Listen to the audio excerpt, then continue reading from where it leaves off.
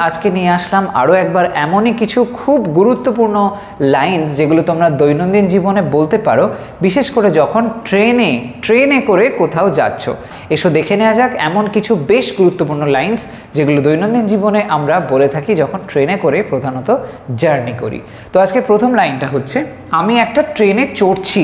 ট্রেনে চড়ার কথা বলা হয়েছে, আর কি বলা হয়েছে, ট্রেনে চড়ছি, কাজটা চলছে, এরকম সেন্স। তার মানে প্রেজেন্ট কন্টিনিউয়াসের ফরম্যাট অনুযায়ী লিখতে হবে বা লাইনটা বলতে হবে। আর চড়ছি অর্থে আমরা বলতে পারি বোর্ড, এই শব্দটাকে ব্যবহার করতে পারি। ট্রান্সলেট করলে হবে আই অ্যাম, আমি, আই সেই জন্য ব্যবহার হলো আমি অর্থে, আর কন্টিনিউয়াস হচ্ছে তাই জন্য I am boarding a train. আমি একটা ট্রেনে চড়ছি, I am boarding a train. Present continuous টেন্সে লাইনটা হয়ে গেল। এরপর নেক্সট ওয়ানটা দেখো কি বলা হচ্ছে, আমার একটা ট্রেনে ওঠা উচিত। দেখো শেষে আছে উচিত শব্দটা। উচিত শব্দ যখনই দেখবে তখন সেই সেন্সে মনে রাখবে উচিত অর্থে আমরা শুড ব্যবহার করে থাকি। তো সেই সেন্সে যদি এটা ট্রান্সলেট করি হবে I should take the train. এই টেক মানে তো নেওয়া, আমরা যখন কোনো কিছু নিই তো সেই নেওয়া সেন্সে আমরা টেক বলি। এখানে টেকটার ব্যবহারটা সেরকম অর্থে হচ্ছে না, ট্রেনে ওঠা অর্থে আমরা টেকের ব্যবহার হতে দেখতে পাচ্ছি। তো যখন বলবে এরকম ট্রেনে উঠবো বা ট্রেনটা আমি ধরবো, এরকম সেন্সে তোমরা টেক ব্যবহার করে বলতে পারো, I should take the train. এরপরে নেক্সট লাইনটা দেখো, সে এখানে ট্রেনে এসেছে। এসেছে অর্থটা যে রয়েছে এটার জন্য এখানে প্রেজেন্ট পারফেক্ট টেন্সের ব্যবহার হবে। তো ট্রান্সলেট করলে হবে he has come here by train. He has come here by train. এখানে বাইয়ের ব্যবহারটা লক্ষ্য করো, যখন জানবে কোনো যানবাহনে করে যাওয়া আসা বোঝায় তখন সেক্ষেত্রে বাই ব্যবহার আমরা করে থাকি। পরের লাইনটা দেখো, ট্রেনটা কি স্টেশন ছেড়েছে। এখানেও প্রেজেন্ট পারফেক্ট টেন্সে প্রশ্নটা করা হয়েছে, ছেড়েছে বলা হয়েছে। তো সেই অর্থে আমরা যদি এটা প্রশ্নটা করি লাইনটায় হ্যাভ বা হ্যাজ দিয়ে করতে হবে। তো এখানে ট্রেনটা আছে তাই জন্য has the train left the station. ট্রেনটা কি স্টেশন ছেড়েছে, has the train left the station. পরের লাইনটা দেখো, তুমি কি স্টেশনে পৌঁছেছো।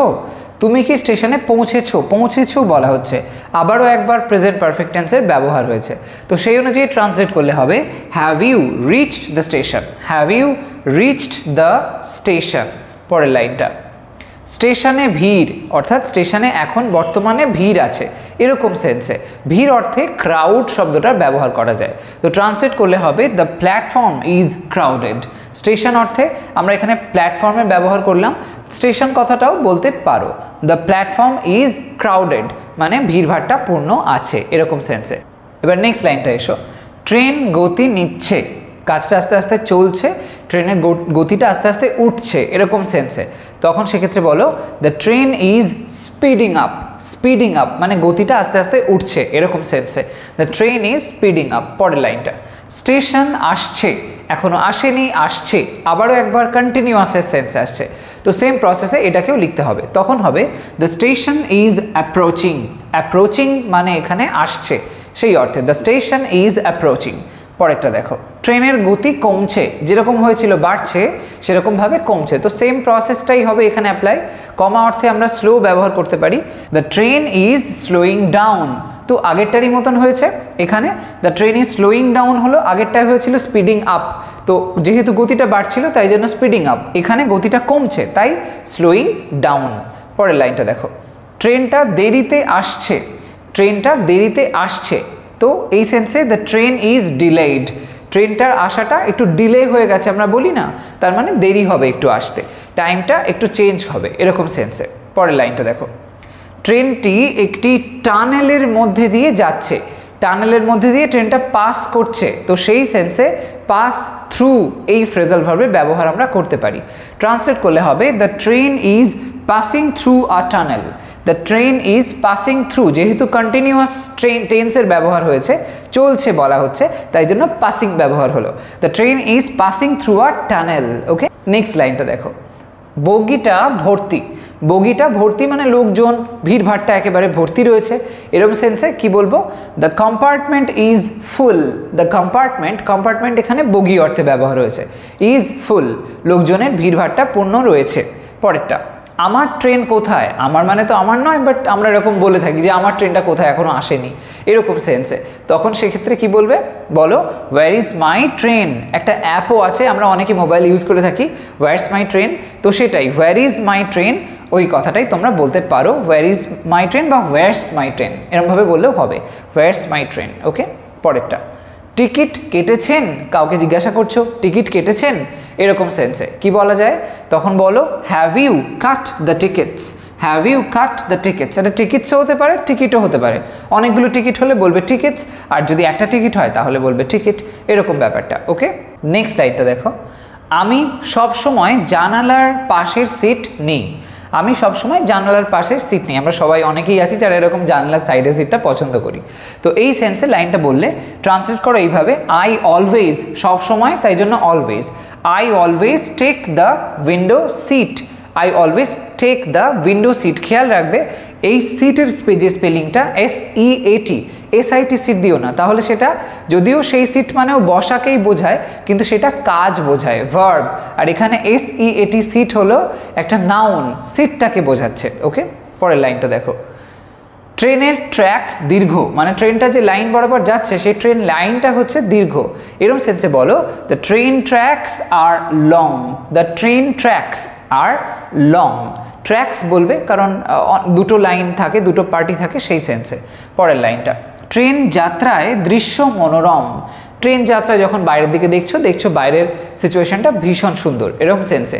তো তখন বলো the train ride is scenic, the train ride is scenic, scenic মানে হচ্ছে ওই মনোরম দৃশ্য, সেটাকে বোঝানো হচ্ছে, বাইরের সিনারিটা ভীষণ সুন্দর, এরকম অর্থে। ওকে, পরের লাইনটা দেখো, আমি চাকার গর্জন ভালোবাসি, ট্রেনের চাকার যে গর্জনটা সেই সাউন্ডটা শুনতে আমরা অনেকেই ভালোবাসি, এরকম সেন্সে। তখন বলো I love the rumble of the wheels, I love the rumble of the wheels।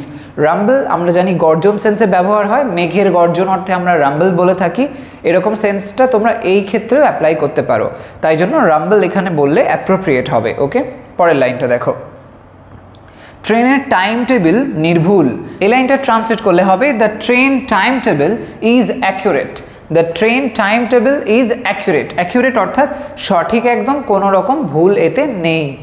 Next one, তুমি কি আমার জন্য একটা সিট রাখতে পারো, তুমি কি আমার জন্য একটা সিট রাখতে পারো, কাউকে প্রশ্ন করা হলো, এরকম সেন্সে লাইনটা বলো ক্যান ইউ, রাখতে পারো সেই জন্য ক্যানের ব্যবহার, করতে পারা অর্থে আমরা ক্যান বলে থাকি। তো can you keep a seat for me, আমার জন্য একটা সিট রাখতে পারো, এরকমভাবে।